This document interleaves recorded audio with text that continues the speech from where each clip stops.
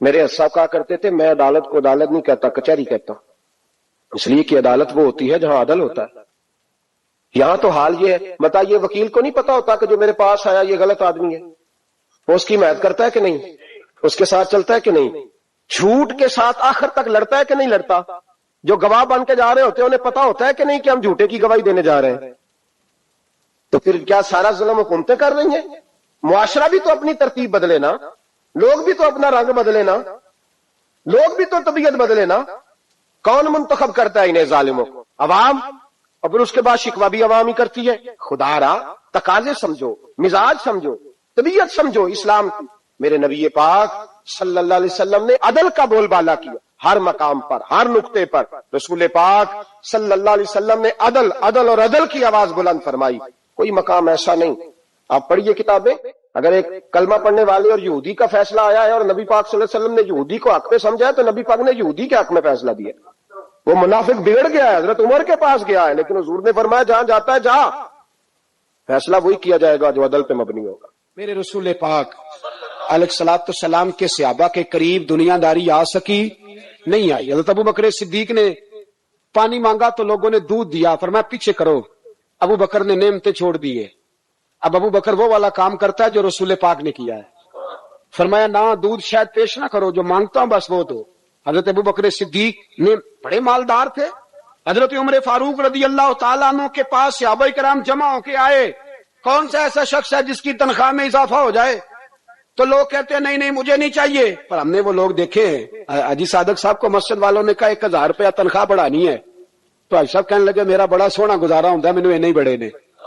حضرت سیدنا عمر فاروق رضی اللہ تو صحابہ اکٹھے ہو کے گئے، کہنے لگے عمر حضور کے زمانے میں بظاہر غربت رہی، جناب صدیق اکبر کے زمانے میں غربت، اب تو بڑی ریل پیل ہے، بحرین سے لاکھوں کا مال آتا ہے، آپ کو بڑے بڑے سفیر ملنے آتے ہیں، پر آپ وہی پرانا کرتا اور وہی تامت جو کئی جگہ سے سی آپ نے کئی جگہ سے پھٹی۔ اور حضرت عمر ایک دن عید کی نماز پڑھانے گئے تھے تو ننگے پیر ہی چلے گئے، لوگوں نے کہا جوتا، فرمایا ٹوٹ گیا تھا یار، پہننے کے قابل نہیں تھا، فرمایا ننگے پیر آ گئے اور لوگ کیا کہیں گے، فرمایا چھوڑو، عمر کے پاؤں ننگے ہیں لیکن عمر کے کردار میں تو کوئی شک نہیں نا، پیر ہی ننگے ہیں نا، کیا ہوا، چھوڑو اس بات، کوئی پیار نہیں دنیا داری سے، دولت سے، کوئی چکر ہی نہیں۔ حضرت سیدنا عمر فاروق رضی اللہ تعالیٰ عنہ کو صحابہ نے اکٹھے ہو کے کہا، یہ ہے امت کے بیدار ہونے کے طریقے جو عرض کر رہا ہوں۔ کہا جناب آپ اب بڑا مال غنیمت ہے اور جس طرح ہر صحابی کا حصہ ہے آپ کا بھی حصہ ہے، تو ایک نیا کرتا ہی ڈال لیں آپ خرید کے۔ اب جب مشورہ ہو گیا صحابہ میں تو کہنے لگے عمر سے بات کون کرے گا، نیا کرتا پہننے کی عمر سے بات کس کو برا لگتا ہے جی، نیا کرتا کون بات کرے گا۔ حضرت سیدنا علی المرتضیٰ کا انتخاب ہوا، کہنے لگے مولا علی کی بڑی عزت کرتے ہیں، ان سے بڑا پیار کرتے ہیں، ان سے بات کرتے۔ تو حضرت علی کو بلایا گیا، عرض کی حضور مہربانی فرمائیں، حضرت عمر سے کہے نئے کرتے کے لیے، آپ فرمانے لگے عمر میری بڑی قدر کرتا ہے، بڑی بات سنتا ہے، پر یہ والا کام نہیں میں عمر سے کہہ سکتا، یہ کسی اور سے کہو۔ تو کہنے لگے آپ رہنمائی کر دیں کس کو کہیں، تو جناب علی المرتضیٰ فرمانے لگے اگر حضرت عائشہ صدیقہ سے کہو گے تو عمر فوراً مان جائے گا، وہ مومنوں کی ماں ہیں۔ صحابہ حضرت عائشہ کے پاس، اماں جی عمر کو بلائیں، ان کو کہیں بڑے بڑے سفیر آئے ہوتے ہیں وہی پرانے کپڑے پہن کے بیٹھ جاتے۔ اللہ اکبر، حضرت عائشہ نے پیغام بھیجا، فرمایا عمر کو بلاؤ۔ عمر فاروق دوڑے ہوئے آئے، پردے کے پیچھے حضرت عائشہ کے پاس گھٹنوں کے بل، اماں جی دیر تو نہیں کر آیا میں آنے میں، حکم ہو، حضور کے گھر سے پیغام آیا، بڑے بڑے سفیروں کو چھوڑ کے بھاگے۔ حضرت عائشہ صدیقہ کہنے لگی عمر دیکھو جائز پیسے ہوں تو اسلام اچھے لباس سے منع نہیں کرتا، اب بڑا بڑا مال آیا ہے، اب تیرا بھی حصہ ہے، تو صحابہ کرام کی خواہش ہے کہ نیا کرتا پہن لو، بڑے بڑے سفیر آتے ہیں، حرج بھی کوئی نہیں، جائز بھی ہے، کو منع نہیں۔ حضرت عمر نے گردن جھکا، جی اماں جی، جی اماں جی، جی اماں جی۔